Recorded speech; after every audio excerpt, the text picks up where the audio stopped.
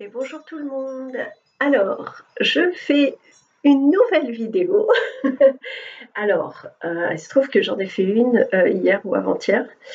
En fait, j'aime bien faire mes vidéos en roue libre, c'est-à-dire quand j'ai une idée ou quelque chose qui me vient, quand j'ai un sujet que je peux observer autour de moi, des personnes qui vivent des choses un peu similaires, que ça devient un petit peu du collectif, et que voilà, j'ai des compréhensions ou des choses, j'aime bien faire des vidéos. Avant, il se trouve que mes vidéos, elles étaient très structurées, j'écrivais tout avant et tout, c'était pas très naturel, et donc j'ai essayé progressivement de me détacher de mes supports et de faire un peu en roue libre et de dire un peu les choses comme elles me venaient. C'est ce qui s'est passé hier. Ouais, c'était hier. En fait, il se trouve que je l'ai faite le matin puisque je venais d'avoir des compréhensions. J'avais vu une vidéo qui m'avait interpellée. Et donc, je me suis dit, voilà, j'ai vraiment envie de partager ça avec ceux qui regarderont cette vidéo. Peut-être potentiellement pour qu'ils comprennent ce qui se passe pour nous en ce moment dans le collectif et forcément en individuel.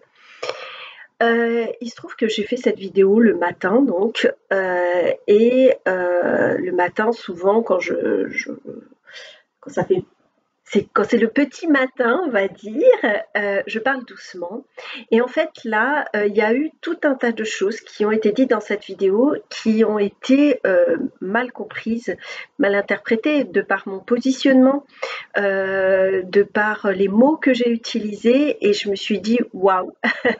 Et en fait, j'ai pris la décision d'enlever la vidéo qui n'était pas vraiment comprise parce que avec des termes ou des choses ou une énergie aussi potentiellement que j'ai partagée qui n'était absolument pas ce que je voulais transmettre.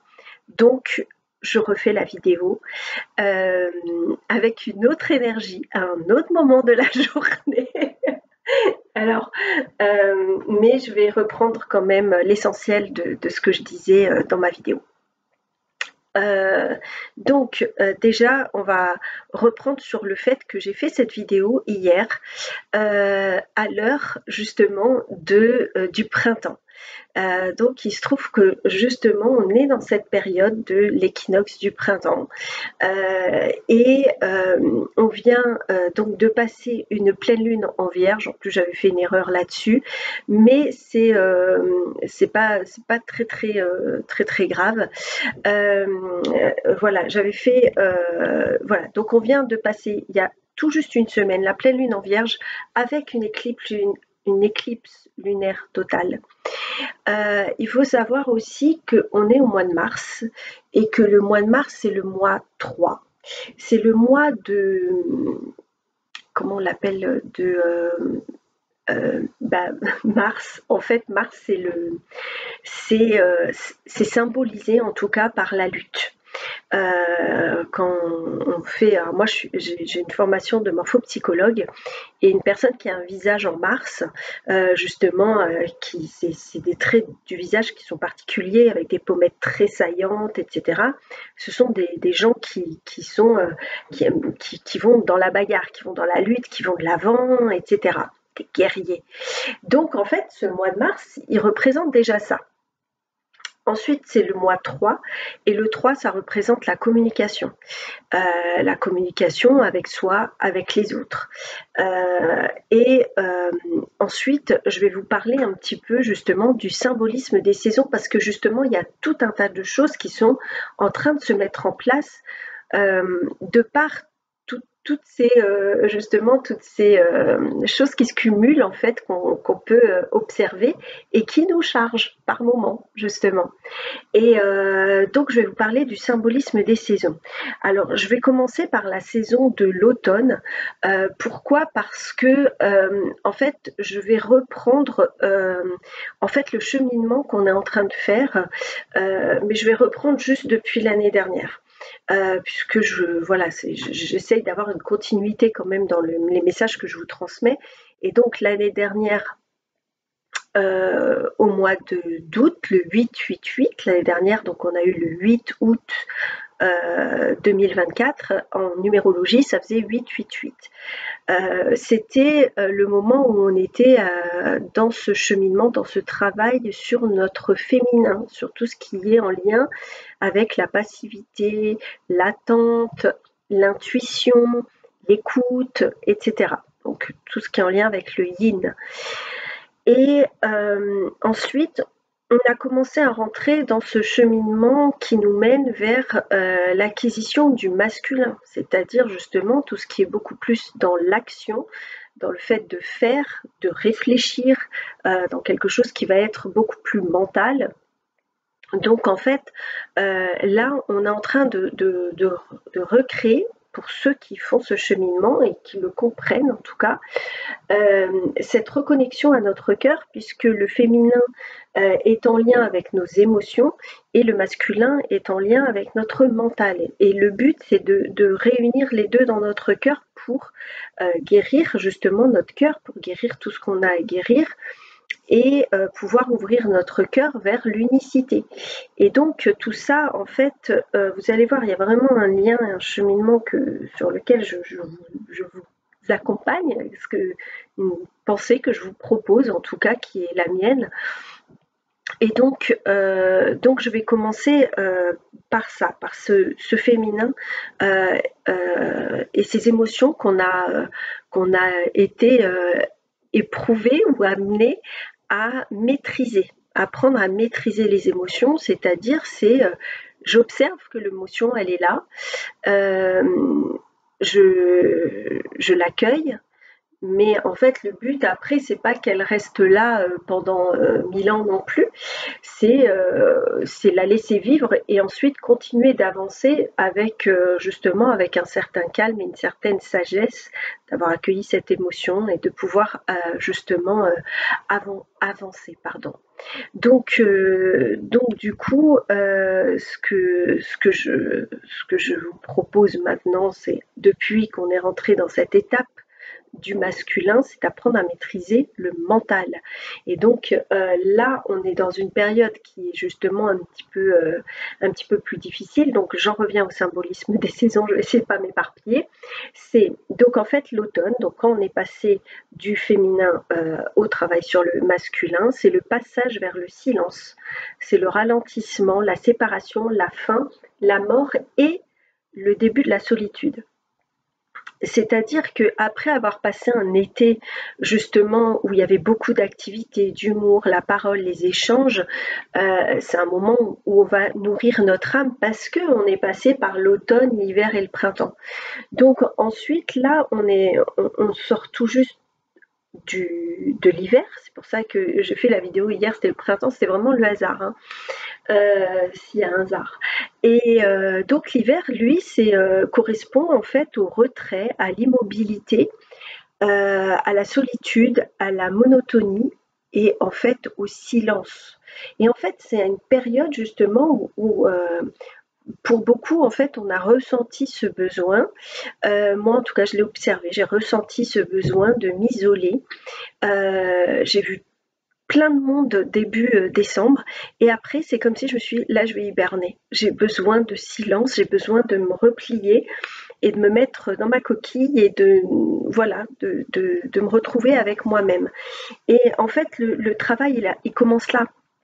Il commence avec le silence parce que sans ce silence, on ne peut pas laisser monter ce qui a besoin de remonter pour le libérer.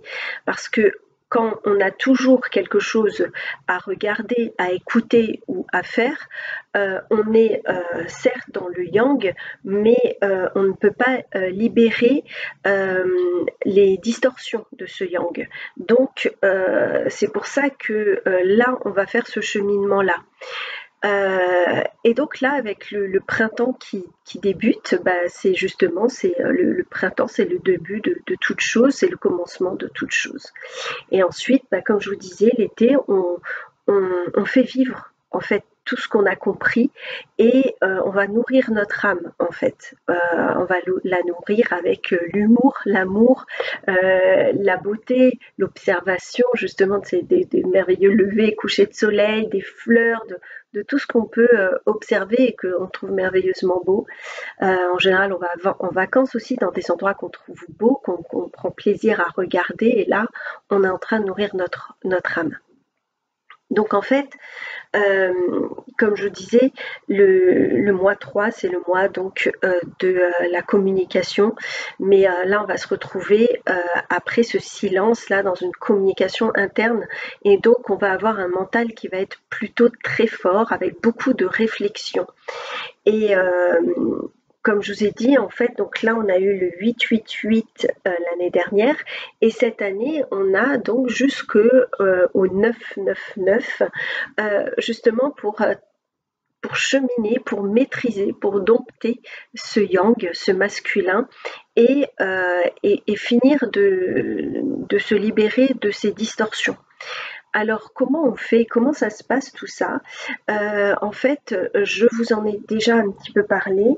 Dans le cheminement que je propose, je parle donc de ce fameux second souffle de l'âme. Donc déjà, qu'est-ce que c'est que le second souffle de l'âme? Même si certains le savent déjà, je vous ai fait un petit dessin, mais je vais vous expliquer d'abord. À mon sens, en fait, donc moi je travaille avec les éléments, on s'incarne sur Terre, donc on descend de la source, on vient s'incarner sur la Terre, et ensuite on remonte, donc quand on arrive, on va faire un travail personnel involutif, et ensuite on va faire un travail personnel évolutif qui va nous amener justement vers le dernier souffle de l'âme, puisqu'on rend notre dernier souffle. Donc à la naissance, par notre cri, on ouvre justement la respiration, on fait notre premier souffle et on rend notre dernier souffle lorsque l'on meurt. Et en fait, entre ces deux souffles-là, il y a ce qu'on peut appeler le second souffle de l'âme. Et donc, ce second souffle de l'âme, en fait, ça va être justement l'impulsion entre le travail personnel involutif et le fait de remonter, de faire ce cheminement-là. Alors, le travail personnel involutif, en soi, c'est que quand on est arrivé sur cette terre, on s'est identifié. Voilà, c'est comme ça qu'on fonctionne. On s'est identifié parce qu'on est venu avec des expériences et donc on a vécu avec une éducation scolaire, familiale, sociale, religieuse, etc. Et donc tout ça nous a collé des étiquettes sur notre je suis. Donc je suis timide, je suis monotone, ça peut être aussi des je suis positifs, hein, justement, je suis forte, je suis courageuse, etc. Et donc on a toutes nos identifications qui se créent comme ça dans l'enfance et en grandissant, du coup, on s'est identifié à ce je manque de courage, etc. Et donc on se dit je suis comme ça, qu'est-ce que tu veux que je fasse? On change pas. Et en fait, il y a des personnes qui deviennent lucides. Alors je ne vais plus trop utiliser le mot s'éveil parce que je sens que ça heurte certaines personnes de parler d'éveil parce que ça induit qu'il y a des gens qui sont endormis. Bon, après la lucidité sur le qui on est, sur nos identifications, j'aime bien utiliser ce mot. Et justement, est-ce qu'on peut être lucide et heureux? Parce que justement, de prendre conscience de ce qui on est, en termes d'identification ancrée depuis petit, en fait, il y a un moment, certaines personnes ont des déclics et se décident, mais moi, je ne suis pas ça, je ne suis pas ce à quoi j'ai été identifiée avant et je veux le changer. Donc, il y a des personnes, de par leur lucidité, qui vont faire un cheminement et qui vont mettre en place des protocoles justement que moi je propose justement dans un certain cheminement. Ça va être justement cette destruction de cette identification et donc ça va être ce travail personnel involutif. Et en fait, une fois qu'on détruit tout ça, qu'on détruit la dépendance affective, qu'on détruit le fait de s'identifier à la blessure de trahison, d'abandon, de rejet, qu'on se libère aussi du schéma de sauveur-sauvé, de bourreau, de victime, etc. Une fois qu'on démolit tout ça, parce que c'est vraiment de la destruction, eh bien en fait on se retrouve dans une période. Donc là, je vais vous montrer le petit dessin. Je sais pas si vous verrez bien. Voilà, donc bon, c'est pas hyper, c'est un truc vite fait.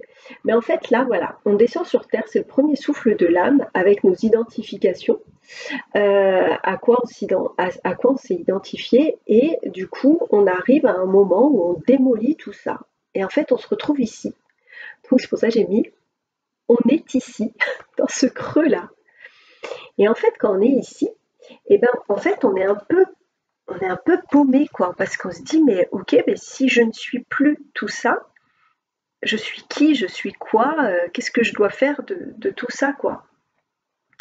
Et, euh, et en fait, cette phase elle est difficile. Alors, elle nous amène vers quoi? Alors, je reviendrai sur le reste après, mais je vais finir du coup avec le dessin. Elle nous amène à trouver euh, qu'est-ce que je suis venue faire pour l'humanité. C'est-à-dire que là, j'ai fait cette partie-là qui est qu'est-ce que je fais pour moi, c'est-à-dire de trouver qui je suis et d'accepter qui je suis sans ces identifications que j'ai eues durant mon enfance et toute ma vie. Et ensuite, c'est OK, maintenant que je sais qui je suis, qu'est-ce que je fais pour l'humanité? Voilà. Et en fait, une fois qu'on a fini d'expérimenter, eh bien, notre âme peut repartir et c'est donc la mort. C'est c'est le départ, quoi. En fait, on rend notre dernier souffle. Voilà. Donc, en gros, voilà le cheminement. J'ai fait un peu de façon grossière et, pour que ce soit un burn accéléré, qu'on n'y passe pas 1000 ans. Mais voilà, donc en fait, quand on rentre dans le second souffle de l'âme, en fait, on vit des bouleversements, des destructions d'identité, des confrontations avec nous-mêmes et avec les autres. Parce que forcément, il y a beaucoup de gens qui disent non mais on ne change pas, les gens ne changent pas, etc. Mais si, en fait, il y a des choses qu'on peut changer et donc les gens ne nous reconnaissent plus. Et c'est ce qui fait qu'il y a des gens aussi qui vont partir de qui vont descendre de notre train, j'aime bien l'appeler comme ça, parce qu'en fait, il y aura plus de résonance avec eux. Si c'était des personnes qui faisaient résonner mon statut de victime ou mon statut de justement d'activation, j'avais besoin d'activer la trahison, qui me trahissait, etc. Ben, une fois que j'ai pu tout ça, parce que j'ai cheminé dessus et que je m'en suis libérée, ben, en fait, ces personnes n'ont plus lieu d'être dans ma vie. Donc, il y a d'autres personnes qui vont monter dans mon train et qui, elles, vont m'amener à voir justement peut-être ce que je peux faire pour l'humanité. Parce qu'en fait, on est des êtres uniques, bien sûr, mais on est aussi tous liés les uns aux autres et les autres ont toujours quelque chose à faire pour nous. En fait, quelque part, comme nous faisons pour eux. Et justement, j'y reviendrai un petit peu plus tard. Donc, en fait, là, on est ici, dans ce petit creux-là. Et ben, en fait, c'est une mort, ça. C'est une petite mort. C'est la mort de l'ancien moi, justement, qui était identifié. Et donc, en fait, comme on s'est libéré de tout un tas de choses, et ben, en fait, on est dans une période où on a vraiment besoin de faire preuve d'une grande patience et d'avoir un mental très très fort, mais c'est-à-dire un mental fort mais maîtrisé. C'est-à-dire on va plus laisser le mental essayer de nous ramener nos anciens schémas et en fait on va justement, c'est pour ça que c'est important d'avoir un horizon, une ligne avec des idées de ce qu'on a envie de faire dans le futur pour ne pas retourner dans le passé. Donc c'est pour ça que cette maîtrise du mental, elle est hyper importante pour pouvoir reconnecter au cœur. Parce que tout ça, en fait, pourquoi je dis de la patience? Parce qu'en fait, tout ça, ça va se faire et on va dire, jusqu'au 9-9-9, donc début septembre, pour faire ce cheminement-là. Donc on a encore du temps. On a du temps pour faire le deuil, en fait, de cet ancien moi et pour accueillir le nouveau et pour laisser voir ce qui s'offre à nous, en fait, sans chercher à se précipiter. Et en fait, cet état de peut-être dépression, qui est lié un petit peu à la mort, etc., vu qu'on sort quand même de l'hiver qui génère ça aussi, en fait, c'est OK, et c'est vraiment important de l'accueillir parce que là, il y a des graines qui vont germer. On arrive au printemps avec les beaux jours, etc. Et après, avec l'été, il y a des choses qui vont sortir de tout ça. Mais la patience, elle va être vraiment de rigueur là, dans les mois à venir. Euh, donc, euh, effectivement, donc cet effondrement, cette perte identitaire qu'on va avoir, elle nous mène à ce second souffle de l'âme et à ce qui suis-je, que dois-je faire? Voilà. Donc là, on est vraiment à la moitié du chemin et il faut savoir aussi que justement cette lucidité qu'on a de plus en plus de waouh, je ne suis plus dans la dépendance affective, je ne suis plus telle blessure de l'âme, je ne suis plus ceci, cela, en fait, elle va agrandir le champ des questions. Moi, il y a plein de gens qui m'ont dit, mais tu te poses trop de questions, etc. Mais en fait, ça fait partie du processus. Et en fait, c'est important de se dire que c'est OK. C'est OK d'avoir ces questions-là, c'est OK d'y répondre. Et il y a un moment, en fait, justement, il n'y aura plus de questions parce qu'on aura fait le tour de la question et que en fait on se rendra compte que qu'on a réglé toutes les blessures de l'âme, qu'on a réglé tout ce qu'on avait à régler. C'est pour ça qu'on se sent mort ou qu'on peut se sentir déprimé et tout ça, parce que on se dit waouh, ça fait comme un vide. C'est pour ça qu'il faut laisser le silence faire pousser les fleurs, en gros. Et donc, après, dans ce silence, justement, on va pouvoir identifier qu'on a des peurs, se dire oh là là, non, j'ai besoin de regarder quelque chose, d'écouter quelque chose, de parler à quelqu'un, de faire des choses, de mettre de l'action, parce que ça veut dire qu'il y a encore des peurs ou justement des angoisses. Donc là, c'est important justement d'aller les identifier pour les libérer. D'accord? Le but, c'est de s'en libérer d'ici la fin de l'année et ce sera vraiment fait pour ceux qui sont dans l'accueil de tout ça. Donc c'est aussi important de ne pas s'identifier justement à ce qu'on pense être, parce que c'est nous qui créons, c'est nous qui créons notre pensée, donc on crée qui on est aussi. Donc attention aussi à ça, parce que c'est une limitation. Nos pensées ne nous définissent pas, en fait on est créateur de qui on veut être. Et donc, on est quand même dans du yang en ce moment, hein, jusqu'en septembre, on va être vraiment dans ce yang qui va être fort. Donc, on va avoir besoin d'agir. Donc, agissons à maîtriser notre mental. Comment on va agir notre mental? Comment on va libérer ce qui reste à libérer, toutes ces distorsions, toutes ces blessures, etc., pour les réunifier justement avec notre cœur. Ça, c'est important. Donc, il faut savoir aussi que ces hauts et ces bas, ils sont normaux. En fait, c'est normal d'avoir des moments où on est en bas et des moments où on est en haut. Donc, comme je dis, quand on regarde, je crois que c'est l'électroencéphalogramme, un truc comme ça. Bon, bref, on voit que voilà, les battements du cœur, c'est des hauts et c'est des bas. Et ben en fait, la vie, c'est ça, ça monte, c'est des joies et c'est des peines. Sinon, on est mort si le truc il est plat. Et on peut avoir justement cette sensation quand on a fait ce cheminement personnel, d'être quand on est dans le creux là, je suis ici là, de se dire mais en fait là il se passe plus rien. Parce qu'on est dans cette observation, dans ce silence, on est mort, mais c'est OK parce que c'est cette période de l'hiver qui nous met aussi dans cette sensation et c'est normal en fait, il n'y a pas d'anormalité, et c'est pas pour ça qu'on est dépressif ou suicidaire, c'est juste que c'est les cycles de la vie en fait qui veulent ça et qui veulent il y a des moments où on est en bas et des moments où on va remonter. Donc tout comme vous avez pu, ceux qui ont vu la vidéo hier, voir, percevoir que j'étais en bas et qu'aujourd'hui je suis en haut et enfin voilà, il n'y a pas de sujet en fait, c'est parce que je suis vivante que ça se passe comme ça et normalement pour vous ça devrait être comme ça aussi. Vous devez ressentir ça et si vous êtes toujours en bas, là il faut s'inquiéter. Si vous êtes toujours en haut, j'y crois pas. Voilà. Pour moi c'est pas possible d'être toujours en haut justement. Alors par contre ça peut être très faible, mais il y a toujours des moments où où on va avoir des moments de joie, des moments où on va être heureux, mais d'avoir cette stabilité, d'être équanime, elle est l'équanimité, pour moi, elle existe pour les Bouddhas, etc. Mais nous, en tant qu'êtres humains, on est dans ce flux de la vie qui nous fait avoir des hauts et des bas. Oh, j'ai eu telle facture, bim. Ah, bah, ma voisine, elle m'a offert des fleurs, bim, je remonte. Enfin, c'est des petites choses comme ça.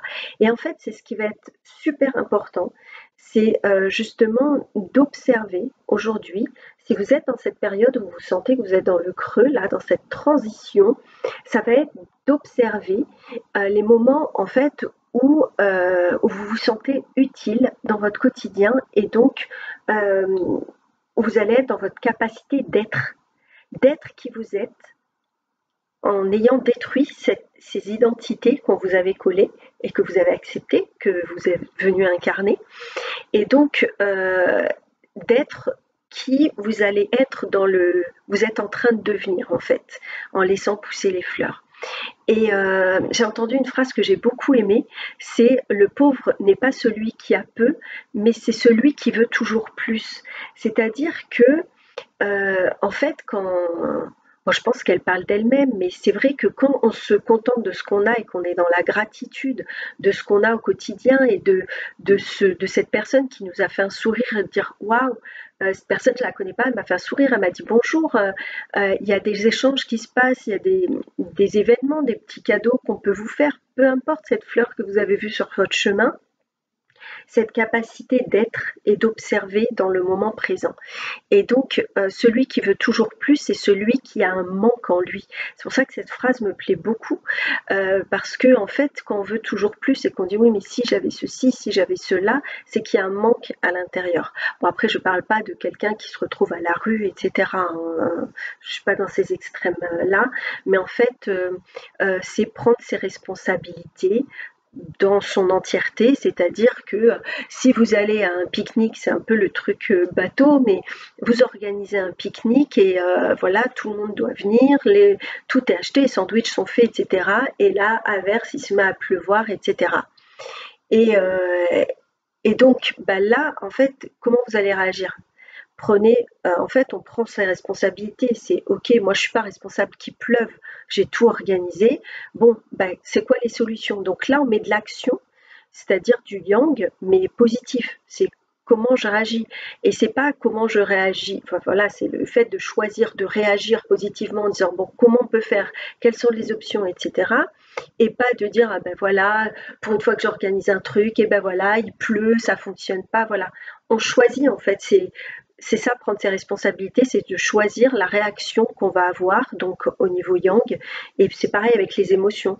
On va choisir de vivre l'émotion négative pendant 10 jours ou de la vivre pendant quelques instants, prenant le temps de s'asseoir avec cette émotion et de la comprendre. Et en fait, voilà, tout fonctionne comme ça. Donc en fait, quand on réussit à avoir cette capacité à maîtriser notre esprit et nos émotions, en fait, on obtient une libération, en fait, on se sent libre. Et en fait, c'est pas ce qui nous arrive qui importe, mais notre façon d'y réagir.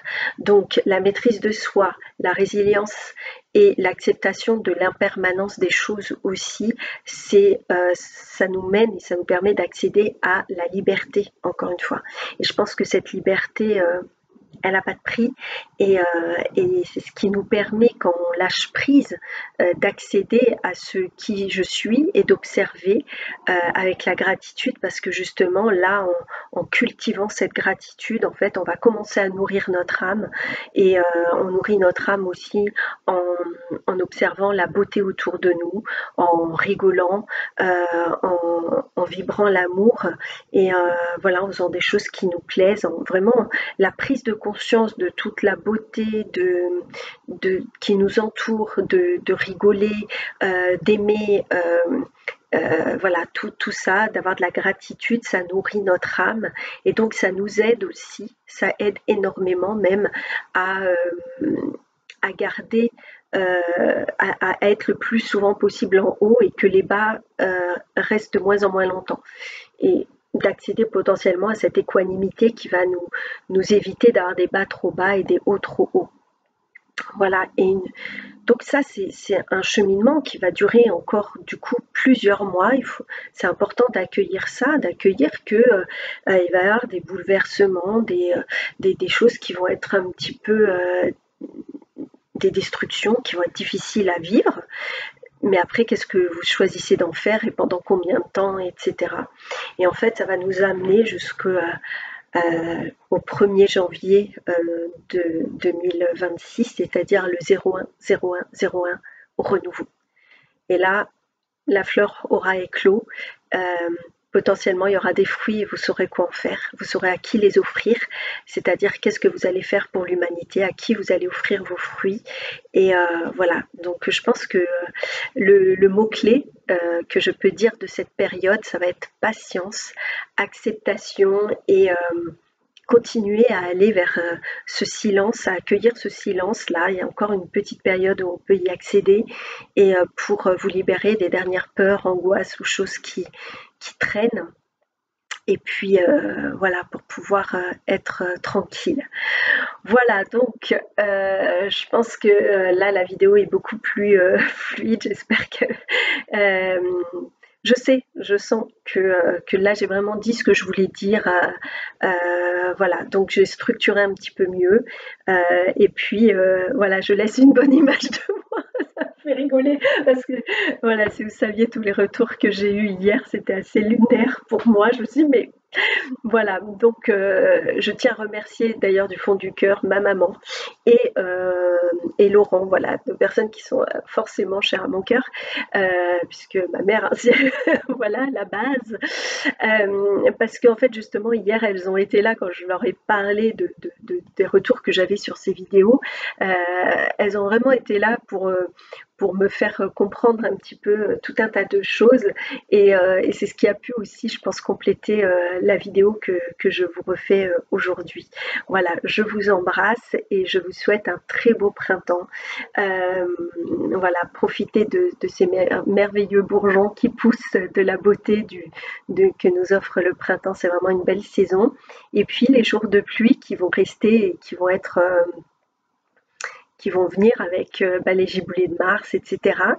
Prenez ce temps pour justement vous retrouver avec vous-même, vous isoler et rester dans le silence, accueillir ce silence, la méditation et laisser remonter ce qui a besoin d'être monté, écouter la petite voix en vous. Voilà, je vous embrasse et je vous dis à tout bientôt.